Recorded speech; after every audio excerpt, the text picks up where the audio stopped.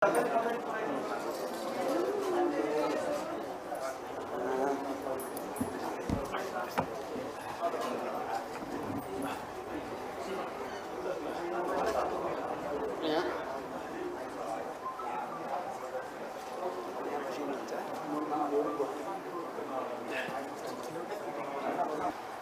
राष्ट्र भारत का प्रधानमंत्री महामहिम श्री नरेंद्र मोदी को मैत्रीपूर्ण निमंत्रणा में भारत को 4 दिने औपचारिक भ्रमण पूरा गरी आज हामी स्वदेश फर्केका छौं।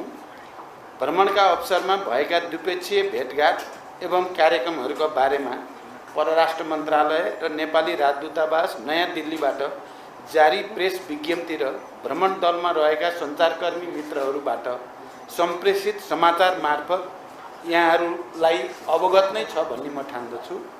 भ्रमणका दौरानमा भारतका महामहिम राष्ट्रपति श्रीमती द्रौपदी मुर्मू, उपराष्ट्रपति श्री जगदीप धनखडसँग मैले शिष्टाचार भेट गरेँ। भेटका क्रममा नेपाल भारत बीचको पुरानो र घनिष्ठ सम्बन्धलाई आगामी दिनमा अझ बलियो बनाउने बारे छलफल भए। भ्रमणको महत्त्वपूर्ण पक्षको रूपमा भारतीय प्रधानमन्त्री महामहिम श्री नरेंद्र मोदीसँग नयाँ दिल्ली स्थित हैदराबाद हाउसमा भएको द्विपक्षीय भेटवार्ता रह्यो। सो अवसरमा नेपाल भारत सम्बन्धका विविध पक्षमा रहेको सहयोगात्मक सम्बन्धलाई अझ बलियो पार्ने बारे छलफल तथा विचारको आदान प्रदान गरियो। मेरो भ्रमणका अवसरमा भारतीय प्रधानमन्त्री र मैले देखाएका परियोजनाको भर्चुअल माध्यमबाट उद्घाटन र शिलान्यास गर्ने काम भयो।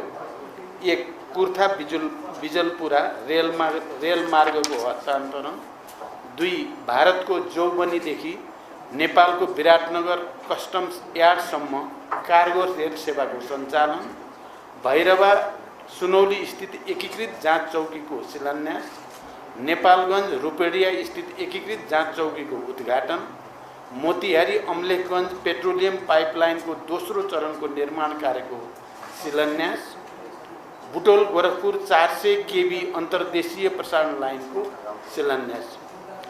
यसै भ्रमणका अवसरमा देखाएका 7वटा दस्तावेजमा हस्ताक्षर र आदान प्रदान भएको छ। 1 नेपाल भारत पारवहन सन्धि, 2 पेट्रोलियम पूर्वाधार निर्माण सम्बन्धी समझदारी पत्र, 3 दोधरा चाँदनीमा एकीकृत जाँच चौकी तथा सुक्खा बन्दरगाहको निर्माण सम्बन्धमा समझदारी पत्र, 4 फुकोट कर्णाली 480 मेगावाट जलविद्युत परियोजना विकास सम्बन्धी समझदारी पत्र, 5 तल्लो अरुण 669 मेगावाट जलविद्युत परियोजना सम्बन्धी परियोजना विकास सम्झौता, 6 नेपालको नेशनल क्लियरिङ हाउस लिमिटेड र भारतको national payment company India limited बीच सीमापार विद्युतीय भुक्तानी सम्बन्धी समझदारी पत्र, 7 नेपालको परराष्ट्र मामिला अध्ययन प्रतिष्ठान र भारतको सुषमा स्वराज विदेश सेवा सञ्चालन बीच समझदारी पत्र, 7 त्यसका अतिरिक्त व्यापार, पारवाहन, लगानी प्रवर्धन, ऊर्जा व्यापार तथा क्रस बोर्डर ट्रान्समिसन लाइन, सिंचाई, बाढी तथा डुबार नियन्त्रण, कृषि, सीमावार पर सम्पर्क कनेक्टिभिटी बढाउन रेलवे सेवा सञ्चालन कार्य, पुल निर्माण तथा एकीकृत जाँच चौकी एवं सुक्खा बन्दरगाह जस्ता पूर्वाधार निर्माण कार्य अगाडि बढाउने लगायतका विषयमा पनि गम्भीर छलफल भएको छ। भारतीय आन्तरिक जल यातायात सञ्जाल समेत प्रयोग गर्न सकिने र बल्क कार्गो समेत ढुवानी गर्न सकिने गरी परिमार्जन भएको एवं विगत 4 वर्षदेखि हुन नसकेको पारवहन सन्धि यसपटक सम्पन्न भएको छ। यो एउटा महत्त्वपूर्ण उपलब्धि हो भन्न सकिन्छ। हवाई सेवालाई थप सुरक्षित बनाउन नेपालले अर्को हवाई प्रवेश गर्ने मार्ग र गौतम बुद्ध अन्तर्राष्ट्रिय विमानस्थल सञ्चालनका लागि इन्स्ट्रुमेन्टल ल्यान्डिङ सिस्टम ILS सञ्चालन गर्ने प्रक्रिया सम्बन्धमा भारतीय पक्षको समझदारीका बारेमा समेत छलफल भएको छ। नेपालगञ्ज र भैरवाबाट नयाँ दिल्ली लगायतका भारतका अन्य शहरमा 2 थरीपी उडान गर्ने सम्बन्धमा सकारात्मक छलफल भएको छ। त्यसैगरी जलविद्युतका क्षेत्रमा सहकार्य गर्ने सम्बन्धमा समेत बलियो सहमति निर्माण भएको छ। विभिन्न जलविद्युत आयोजनामा भारतीय लगानी भित्र्याउने द्विपक्षीय ऊर्जा व्यापारका लागि ट्रान्समिसन लाइन लगायतका संरचनाको निर्माण गर्ने तथा नेपालबाट भारततर्फ ऊर्जाको दीर्घकालीन व्यापारका लागि वैधानिक आधार सुनिश्चित गर्ने विषयमा पनि भ्रमणमा छलफल र महत्त्वपूर्ण सहमति भएको छ। खास गरी दीर्घकालीन ऊर्जा व्यापार र भारतीय भूमि हुँदै बङ्गलादेशसम्म नेपालबाट जलविद्युत निर्यातको सुरुवात गर्ने सैद्धान्तिक सहमति भई त्रिपक्षीय सम्झौताका लागि प्रक्रिया अगाडि बढाउने सहमति भएको छ। भारतका प्रधानमन्त्रीले आगामी 10 वर्षमा 10,000 मेगावाट जलविद्युत नेपालबाट आयात गर्ने भारतको लक्ष्य रहेको स्पष्ट पार्नु भएको छ। ऊर्जा व्यापार सम्बन्धी सम्झौता सबै हिस्साबाट सम्पन्न भएको र औपचारिकता मात्र बाँकी छ, जुन छिटै पुरा हुँदैछ। यो दीर्घकालीन महत्त्वको छ। 456 मेगावाट क्षमताको माथिल्लो तामाकोशी जलविद्युत आयोजनासहित थप 1200 मेगावाट क्षमताका आयोजनाबाट भारततर्फ जलविद्युत निर्यातका लागि प्रधानमन्त्री मोदीजीलाई मैले प्रष्ट शब्दमा अनुरोध गरेको छु।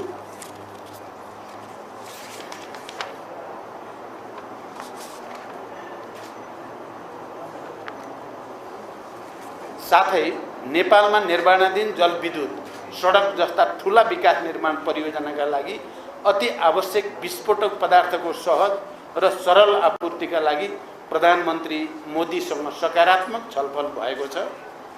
पञ्चेश्वर बहुउद्देश्यीय परियोजनाको शीघ्र कार्यान्वयनका लागि 3 महिनाभित्र विस्तृत परियोजना प्रतिवेदन DPRलाई अन्तिम रूप दिने गरी द्विपक्षीय छलफललाई तीव्रता दिने सहमति भएको छ।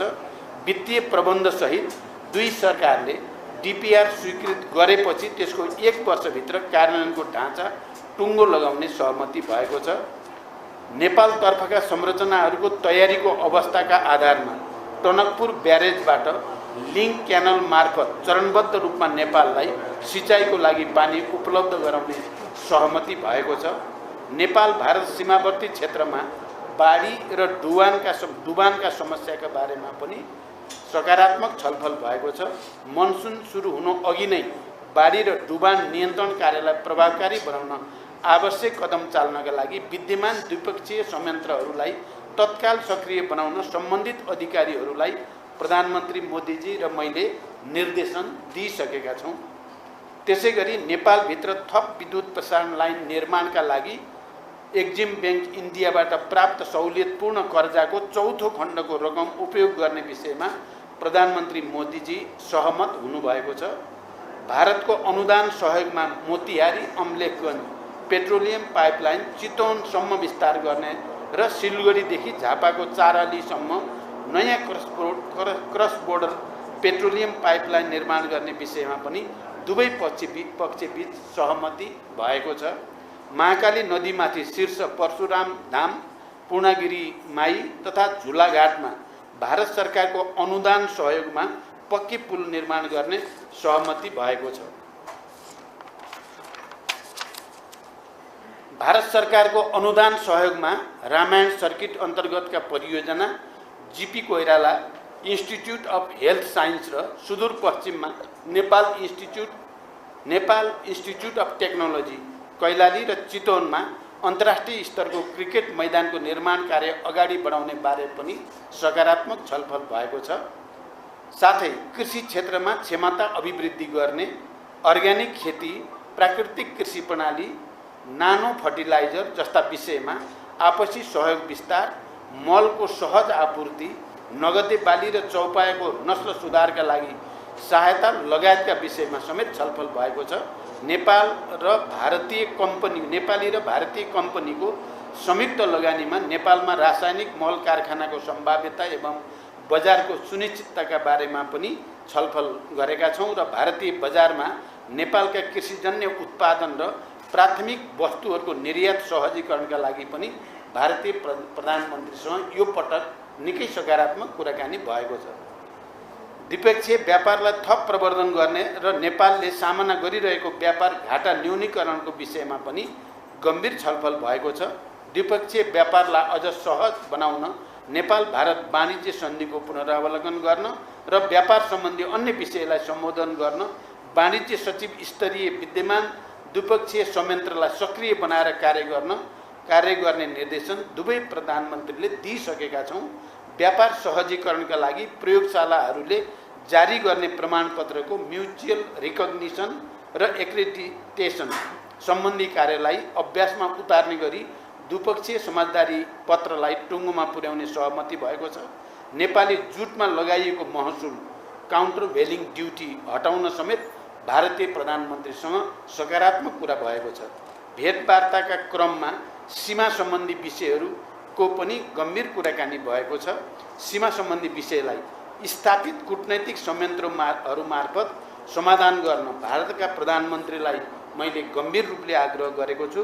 यहाँहरूलाई थाहा नै छ, प्रधानमन्त्री मोदी स्वयंले पनि प्रेस मिटको अवसरमा यो भ्रमणले सिर्जना गरेको सौहार्दपूर्ण वातावरणको मर्म अनुरूप सीमा लगायत थाती रहेका सबै समस्या समाधान गरिनेछ भन्ने भावना स्पष्ट ढङ्गले व्यक्त गर्नुभएको छ। धेरै समयपछि भारतीय प्रधानमन्त्रीबाट सीमा सम्बन्धमा आएको यो सकारात्मक अभिव्यक्तिबाट हामी उत्साहित भएका छौँ।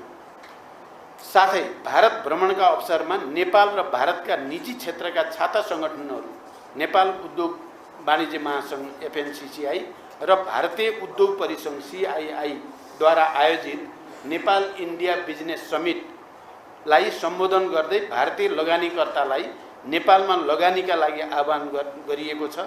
भारत सरकारका वाणिज्य मन्त्री समेत उपस्थित उक्त कार्यक्रममा नेपालका निजी क्षेत्रका प्रतिनिधि तथा भारतीय व्यवसायी तथा लगानीकर्ताहरू बीच साझेदारी र लगानीका विषयमा गम्भीर अन्तर्क्रिया समेत भएको छ। नयाँ दिल्लीको द्विपक्षीय भेटवार्ता र अन्य औपचारिक कार्यक्रमहरूको समापनपछि मैले भारतको मध्य प्रदेशको इन्दौर र सांस्कृतिक सहर उज्जैनको भ्रमण समेत हामीबाट गरिएको छ।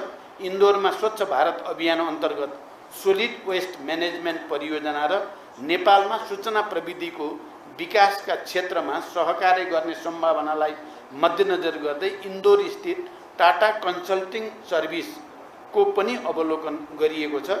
छोटो समयमै कम लगानीमा प्रभावकारी ढङ्गले सञ्चालित इन्दौरको सोलिड वेस्ट म्यानेजमेन्ट सम्बन्धी अनुभव हाम्रा लागि पनि धेरै महत्त्वपूर्ण रहेको हामीले महसुस गरेका छौँ। मैले भारतका प्रधानमन्त्री महामहिम नरेन्द्र मोदीजीलाई नेपाल भ्रमणको निम्ता दिएको छु र भारतका प्रधानमन्त्रीले आफूले सन् 2014, 2018 र 2022मा नेपालको भ्रमण गरेको स्मरण गर्दै नेपालको भ्रमणलाई ठुलो महत्त्व दिएको र उपयुक्त समयमा भ्रमण गर्ने बताउनु भएको छ। नेपाल र भारतबीच रहेको बहुआयामिक सम्बन्धलाई समानता र आपसी लाभका आधारमा थप मजबुत बनाउन यस भ्रमणले योगदान गरेको छ। भारतका प्रधानमन्त्री श्री नरेन्द्र मोदीसँग खुलस्त रूपमा कुराकानी भई विश्वासको वातावरण सिर्जना भएको छ भने थाती रहेका विषयलाई सम्बोधन गर्न सकिने विश्वासको राम्रो आधार तयार भएको छ। नयाँ आम निर्वाचन पश्चातको पहिलो विदेश भ्रमणको रूपमा रहेको यो भारत भ्रमण मैले विगतका भ्रमणभन्दा फरक पाएको छु। सारभूत रूपमा यो भ्रमण परिणाममुखी रहेको छ र भविष्यका लागि स्पष्ट मार्गदर्शन समेत गरेको छ। अन्त्यमा यस औपचारिक भ्रमणको अवधिमा भारत सरकारबाट प्राप्त आतिथ्यता एवं मध्य प्रदेश सरकार र जनताबाट प्राप्त न्यानो स्वागतका लागि भारतका प्रधानमन्त्री, भारत सरकार, मध्य प्रदेशका राज्यपाल, मुख्यमन्त्री एवं भारतीय जनताहरूप्रति हार्दिक धन्यवाद ज्ञापन गर्दछु। यस भ्रमणबारे समाचार सम्प्रेषण गर्नुहुने सबै सञ्चारकर्मी मित्रहरूलाई पनि म विशेष धन्यवाद ज्ञापन गर्दछु। धन्यवाद। प्रधानमन्त्रीज्यू, तपाईले भारत भ्रमणमा जानु अगाडि यो भ्रमण ऐतिहासिक हुन्छ